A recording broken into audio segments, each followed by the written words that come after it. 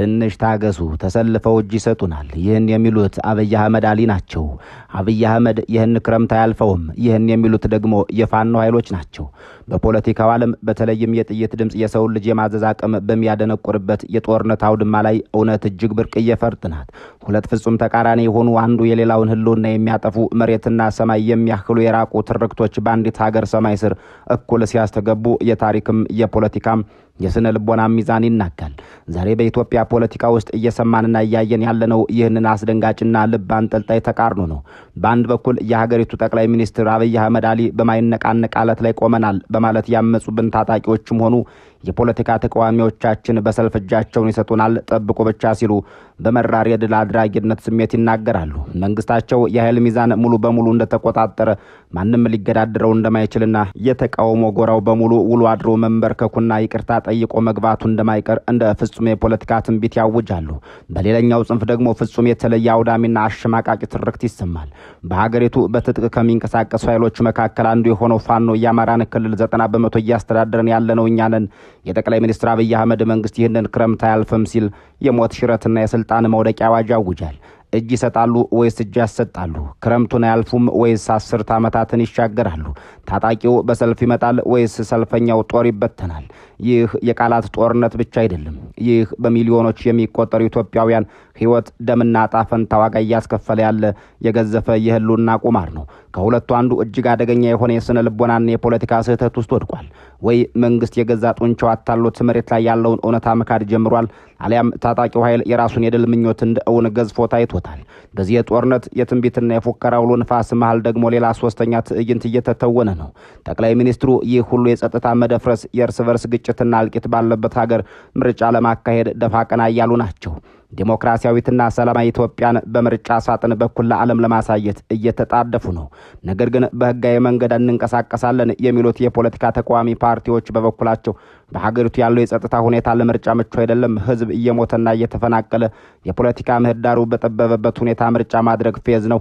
ስለዚህ መንግስት መጀመሪያ ይደራደር፣ ካልተደራደረ ግን በምርጫ ከመሳተፍ እንታቀባለን በማለት አቋማቸውን እያጠነከሩ ነው። ሳጥንና ጥይት፣ ድርድርና ፉከራ፣ የማይነቃነቅ አለትና ይህችን ክረምት አያልፍም የሚል ዛቻ ፊት ለፊት ተፋጠዋል። ታዲያ እውነቱ የትኛው ነው? ኢትዮጵያ ወዴት እየሄደች ነው? በዚህች ሀገር የፖለቲካ ታሪክ ውስጥ እጅ መስጠትና ማሸነፍ፣ ምርጫና እርቅ፣ የከተማ ልማትና የገጠር ጦርነት እንዴት እየተተረጎሙ ናቸው? የጠቅላይ ሚኒስትሩ በሰልፍ እጅ ይሰጡናል የሚለው ንግግር ከየት የመነጨ የስነ ልቦና ልዕልና ነው? የተቃዋሚዎች ምርጫ እንገባም ማለታቸውስ ምን አይነት የፖለቲካ መዘዝ ያመጣል? ክቡራን ሆይ በዚህ ትንታኔ ከስሜትና ከወገናዊ አድሏዊነት ርቀን የኢትዮጵያን ፖለቲካ በጥልቅ እንመረምራለን። የፖለቲከኞችን ንግግር በታሪክ ማነጻጸሪያ መነጽር፣ የጦር ሜዳውን ውሎ በስነ ልቦና ትንታኔ እንዲሁም የኮሪደር ልማቱን የምርጫውን ፖለቲካ በምክንያታዊነት ሚዛን ላይ እናስቀምጣለን። አብራችሁን ቆዩ።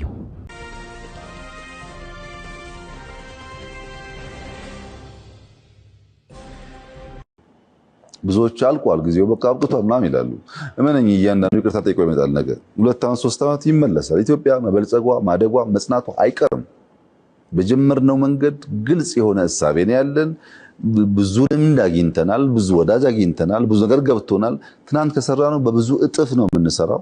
በዚህ ምክንያት የውስጡም የውጩም እያመነ የውስጡም የውጩም እጅ እየሰጠ ለካ እንደዚህ ነው አልገባኝም እያለ ይሰለፋል።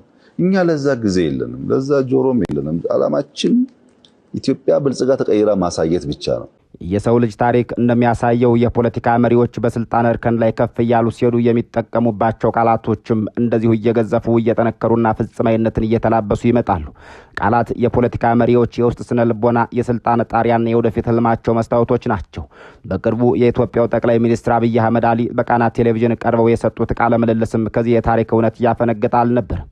በማይነቃነቅ አለት ላይ ተመስርተናል። ተቃዋሚዎቻችን በሰልፍ እጅ ይሰጡናል። እመነኝ ነገ እያንዳንዱ ይቅርታ ጠይቆ ይመጣል የሚሉት የጠቅላይ ሚኒስትሩ ኃይለ ቃላት የዘመናችንን የኢትዮጵያ ፖለቲካ ውስብስብነት፣ የመንግስትን የራስ ምዘናና የተቃዋሚዎችን ዕጣ ፈንታ በአንድ ላይ ቋጥሮ የያዘ ጥልቅ የፖለቲካ ዲስኩር ነው።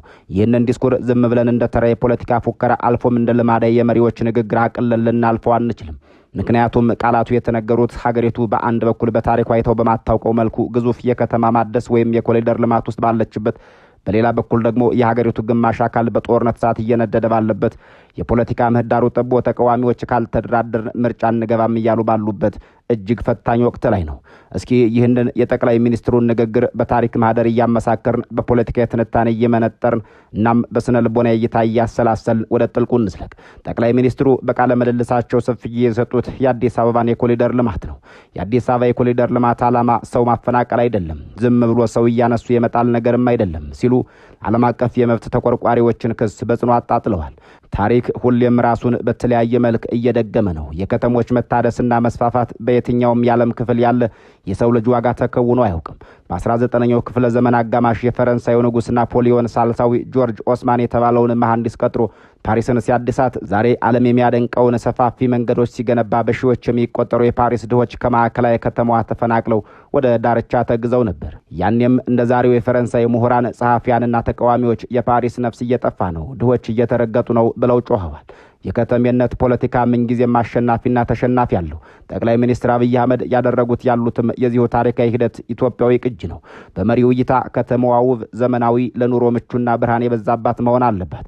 ይህንን ራዕይ እውን ለማድረግ ደግሞ ያረጁ መንደሮች መፍረስ፣ ጠባብ መንገዶች መስፋት አለባቸው።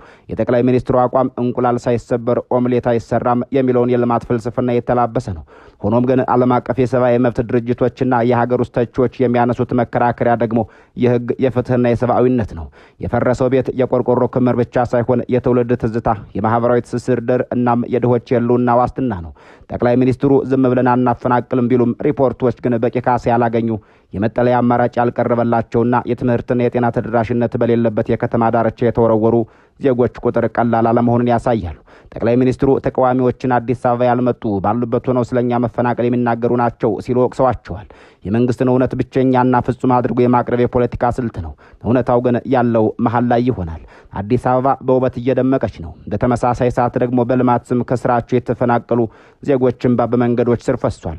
ውበቱ የገዢው ፓርቲ የድል ሐውልት ሲሆን እንባው ደግሞ የተቃዋሚዎች የፖለቲካ ካፒታል ሆኗል። ወደ ጠቅላይ ሚኒስትሩ እጅግ አወዛጋቢና አግራሞት አጫሪ ንግግር ስናልፍ ደግሞ በቀጣይ 2 እና 3 ዓመታት በውስጥም ይሁን በውጭ ያሉ ተቃዋሚዎች በሰልፍ እጅ ይሰጡናል፣ እያንዳንዱ ይቅርታ ጠይቆ ይመጣል ብለዋል። ይህ ንግግራቸው የፖለቲካ ትንበያ ብቻ አይመስልም። እጅግ የገዘፈ የስልጣን ስነ ልቦና ወይም ሳይኮሎጂ ኦፍ ፓወር ማሳያ ነው። መሪዎች በስልጣን ላይ የቆዩ ሲመጡ ራሳቸውን እንደ ግዙፍ ማግኔት፣ ሌላውን ደግሞ እንደ ብረት ፍቅፋቂ የማየት አዝማሚያቸውን ያዳብራሉ። በኢትዮጵያ ታሪክ ውስጥ እንዲህ አይነት ፍጹማዊ አሸናፊነት ንግግሮች ተደጋግመው የተሰሙ ናቸው። አፄ ኃይለ ሥላሴ ስልጣናቸው ከእግዚአብሔር የተሰጠ ፈጽሞ የማይናወጥ መለኮታዊ ጸጋ አድርገው ያምኑት ነበር። ኮሎኔል መንግስቱ ኃይለማርያምም የሀገሪቱ ጦር በተለያዩ ግንባሮች እየተሸነፈ ባለበት የመጨረሻው ሰዓት እንኳን ኢምፔሪያሊዝምና አሻንጉሊቶች አመድ ይሆናሉ፣ እኛ እናሸንፋለን የሚል የብረት ቃና ያለው ንግግር ያደርጉ ነበር። አቶ መለስ ዜናዊም ቢሆኑ ተቃዋሚዎቻችን ከአጀንዳቸው ኪሳራ የተነሳ በራሳቸው ጊዜ የሚከስሙ የፖለቲካ ጀማሪዎች ናቸው ሲሉ ያጧጥሯቸው ነበር። 4ቱም 3ቱም በኢትዮጵያ ፖለቲካ ውስጥ ዛሬ ታሪክ ናቸው። ጠቅላይ ሚኒስትር አብይ አህመድ ይህንን የተለመደውን የኢትዮጵያ መሪዎች የታሪክ ፈለግ ነው እየተከተሉ ያሉት። በሰልፍ እጅ ይሰጡናል የሚሉ ቃል በውስጡ ትልቅ ትዕቢትና የኃይል ሚዛኑን መተማመን አዝሏል። ጠቅላይ ሚኒስትሩ ይህንን ያሉት በሁለቱ ምክንያቶች ሊሆን ይችላል። አንደኛው ምክንያት መንግስት የገነባውን ወታደራዊ ደህንነትና የኢኮኖሚ ጡንቻ በመመልከት ማንም ኃይል ሊገዳድረው እንደማይችል ስላመኑ ይሆናል።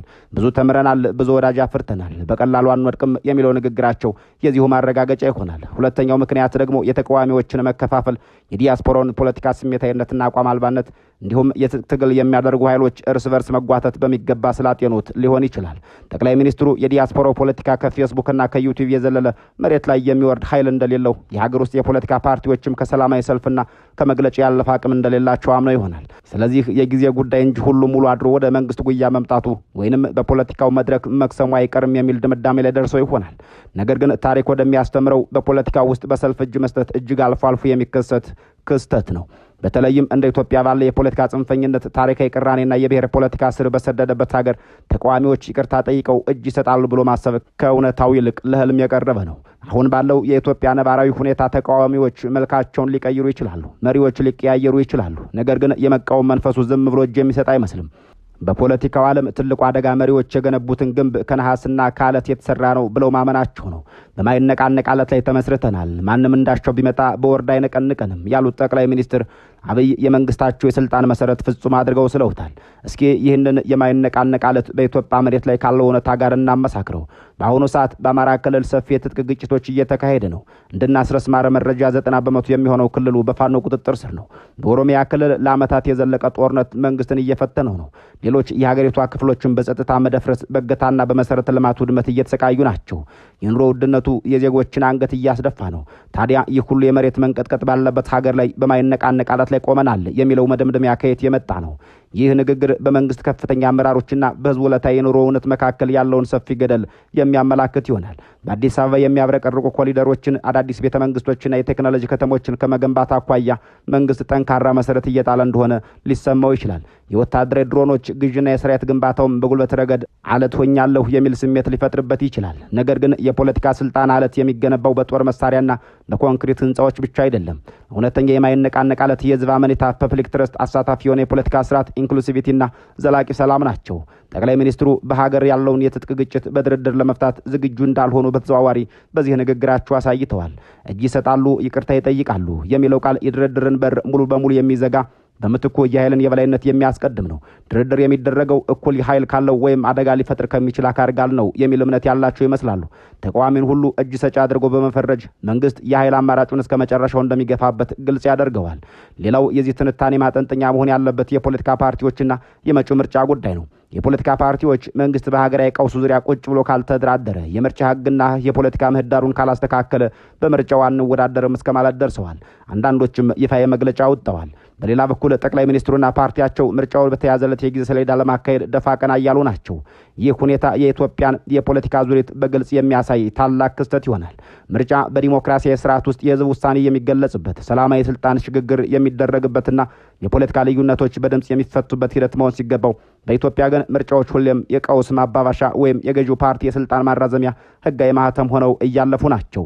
የ1997ቱ ምርጫ ያስከተለው ደም አፋሳሽ ቀውስ፣ የ2002ቱና የ2007ቱ ምርጫ ገዢው ፓርቲ 100% አሸነፍኩ ያለባቸው የምጸት ምርጫዎች፣ እንዲሁም የ2013ቱ ምርጫ በጦርነት ጥላ ስር የተካሄደ መሆኑ ለዚሁ ማስረጃ ይሆናል። አሁን ደግሞ የፖለቲካ ምህዳሩ በተዘጋበት፣ ዋና ዋና የተቃዋሚ የፖለቲካ መሪዎች በስር ላይ ባሉበት፣ የትጥቅ ኃይሎች መሬት በተቆጣጠሩበት ሁኔታ ውስጥ ምርጫ ማካሄድ ምን ትርጉም አለው? መንግስት ያለ ተፎካካሪ ወይም አጃቢ በሆኑ አነስተኛ ፓርቲዎች ብቻ ምርጫውን አድርጎ አሸነፍኩ ቢል ይህ ድል የሚያረካው የማንን የስነ ልቦና ፍላጎት ነው? ተቃዋሚዎች አንወዳደርም ማለታቸው የፖለቲካ ስልት ቢሆንም መንግስት ይህንን እንደ መልካም አጋጣሚ ተጠቅሞ ብቻውን ሜዳ ላይ ሊፈነጭ መዘጋጀቱ የጠቅላይ ሚኒስትሩን በሰልፍ እጅ ይሰጡናል የሚለውን ትንቢት በራስ በመንግስት እጅ እውን ለማድረግ የሚደረግ ጥረት ይመስላል። ተቃዋሚዎችን ከምርጫ ገበታ በማራቅ ከህጋዊ የፖለቲካ መድረክ ገፍትሮ በማውጣትና ከእንግዲህ መድረኩ የኛ ብቻ ነው በማለት የስነ ልቦና ጦርነቱን ለማሸነፍ የታለመ ነው። ነገር ግን ጠንካራና አሳታፊ የፖለቲካ ሁኔታ የሌለበት ምርጫ የህዝብን የልብ ትርታ ሊነካ አይችልም። የፖለቲካ ድርጅቶች ከምርጫው መራቅ በህዝቡ ውስጥ ያለውን ብሶትና እሮሮ በሌላ ምናልባትም አደገኛ በሆነ መንገድ ከህጋዊ ተቃውሞ ወደ አመጽ ሊቀይረው እንደሚችል ታሪክ ይመሰክራል። በማይነቃነቅ አለት ላይ ተመስርተናል የሚለው የመንግስት እምነት ትልቁ ፈተናው የሚመጣው ከዚሁ የፖለቲካ ምህዳር መጥበብና የህዝብ ብሶት መታፈን ነው። ክቡራን ሆይ፣ ጠቅላይ ሚኒስትር አብይ አህመድ በቃና ቴሌቪዥን ያደረጉት ንግግር እንዲሁ የሚታለፍ ሳይሆን የንግግሩ ስፋትና ጥልቀት የዘመናችንን የኢትዮጵያ መንግስት አስተሳሰብ አድማስ የሚያሳይ ካርታ ነው። በአንድ በኩል ቆሻሻን አጽድቶ አሮጌውን አፍርሶ አዲስና ውብ ከተማ ለመገንባት ሌት ተቀን የሚጋደል በመንገድ ላይ ለሚወድቁ ግለሰቦች ኪሳራ ጊዜ የሌለው ዘመናዊ ገዥና ያለን፣ በሌላ በኩል ደግሞ የፖለቲካ ተቃዋሚዎችን በሰልፍ እጅ ይሰጣሉ፣ ይቅርታ ይጠይቃሉ በማለት የሚያንኳስስ ለድርድር በሩን የዘጋና በማይነቃነቅ አለት ላይ ነኝ ብሎ በራሱ ኃይል የሚመካ ፖለቲከኛ እናገኛለን። ጥያቄው የኢትዮጵያ ችግር የሚፈታው ኮሪደሮችን በማሳመር ነው ወይስ የፖለቲካ ልቦችን በማስፋት ተቃዋሚዎችን በሰልፍ እጅ በማሰጠት ነው ወይስ በጠረጴዛ ዙሪያ እኩል በማነጋገር? የማይነቃነቀው አለት የተገነባው በጥይትና በሲሚንቶ ነው ወይስ በህዝብ ፍቅርና በፍትህ? ጊዜና ታሪክ የማይዋሹ ዳኞች ናቸው። ጠቅላይ ሚኒስትር አብይ እንዳሉት ተቃዋሚዎቻቸው በእርግጥም በሰልፍ መተው እጅ ሲሊሰጡ መንግስታቸውም የማይነቃነቅ አለት ሆኖ ሊቀጥል ይችላል። ይህ ከሆነ ጠቅላይ ሚኒስትሩ በኢትዮጵያ ታሪክ ውስጥ ፈጽሞ የማይታሰበውን ያደረጉ የተቃውሞን ፖለቲካ እስከ ወዲያኛው ያመከኑ ብቸኛ መሪ ሆነው በታሪክ ይጻፋሉ። በአንጻሩ ግን ታሪክ እንደሚያሳየው በሰልፍ እጅ ይሰጣሉ የተባሉ ተቃዋሚዎች የህዝብን ብሶት መሪ አድርገው የማይነቃነቀውን አለት ሊያናውጡት ይችላሉ። የኢትዮጵያ ፖለቲካ እጅግ ተለዋዋጭ፣ ትንበያ አፍራሽና በመገረም የተሞላ ነው። በኮሪደሮች የበራችው አዲስ አበባና በጦርነት የጨለመችው ቀሪዋ ኢትዮጵያ ይህንን የፖለቲካ ትርክት እስከ መቼ ታቅፈው እንደሚጓዙ የነገዋ ፀሐይ ስትወጣ የምናየው ይሆናል። የፖለቲካ ቃላቶች ልክ እንደወረውሯቸው ጦር ናቸው። ኃይል አላቸው፣ ግን ደግሞ የት ላይ ሄደው እንደሚሰኩ ማንን እንደሚያቆስሉ ወይም እንዴት ተመልሰው አውጪውን እንደሚወጉ አስቀድሞ ማወቅ ይከብዳል። የጠቅላይ ሚኒስትሩ ቃላትን በኢትዮጵያ የፖለቲካ አየር ላይ ተወርውረዋል። ማረፊያቸውን በጋራ የምንጠብቅ ይሆናል። በያላችሁበት ዓለም ሰናይ ጊዜ ተመኝተን